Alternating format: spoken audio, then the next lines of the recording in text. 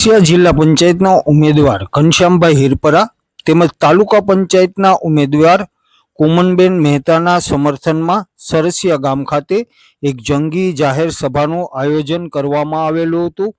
જે સભાની અંદર માજી ધારાસભ્ય હર્ષદભાઈ રીબડિયા, ધારાસભ્ય જેવીભાઈ કાકડિયા, માજી ધારાસભ્ય મનસુખભાઈ ભુવા તેમજ ભાવનાબેન ગોંડલિયાએ ખાસ હાજરી આપેલી હતી અને પોતાના પ્રવચનમાં તેઓએ જણાવ્યું હતું કે ભારતીય જનતા પાર્ટીના આ બંને ઉમેદવારને જંગી બહુમતીથી જીતાડવા માટે ગ્રામજનોને અપીલ કરેલી હતી।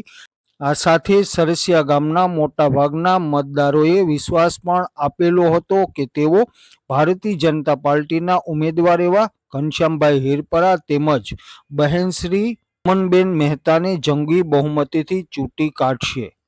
સમગ્ર કાર્યક્રમનું સંચાલન ભરતભાઈ શેઠ, ભાભલુભાઈ ધાધલ તેમજ સરસિયા ગામના પનોતા પુત્ર એવા ઉદ્યોગપતિ જીતુભાઈ સેલડિયાએ કરેલું હતું। મોરચાની કારકિર્દીની શરૂઆત મનસુખભાઈ ભુવાએ મને માર્ગદર્શન આપીને શરૂઆત કરાવડાવી અને મારો કામગીરીની નોંધ લઈને પાર્ટીએ મને ગત ખીચા બેઠક ઉપરથી તાલુકા પંચાયતની ટિકિટ આપી હતી અને ગત તાલુકા પંચાયતની ટિકિટમાં હું સદસ્ય તરીકે ચૂંટાણો।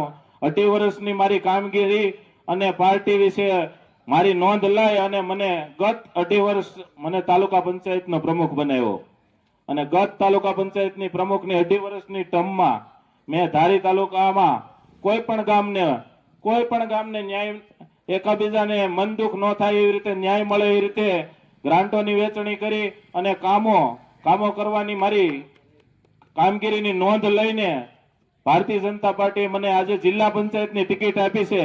ત્યારે હું તમારો કોઈ દિવસ એક પણ ફોન હશે અથવા તો કોઈ પણ કામ હશે જે કર્યા જેવું હશે એ કામ અને થઈ શકે એવું હશે એ કામ હું કરીશ અને હું મારો અને મારી તાલુકા પંચાયતના ઉમેદવાર કોમનબેન ભાવેશભાઈ મહેતાનો બંનેના કમળરૂપી મત માંગવા માટે આવ્યા છે। ત્યારે બંને ઉમેદવારોને 26 તારીખે બંને કમળ ઉપર મત આપી છૂટાવો એવી આશા સાથે વિરમું છું। વંદે માતરમ, ભારત માતા કી જય।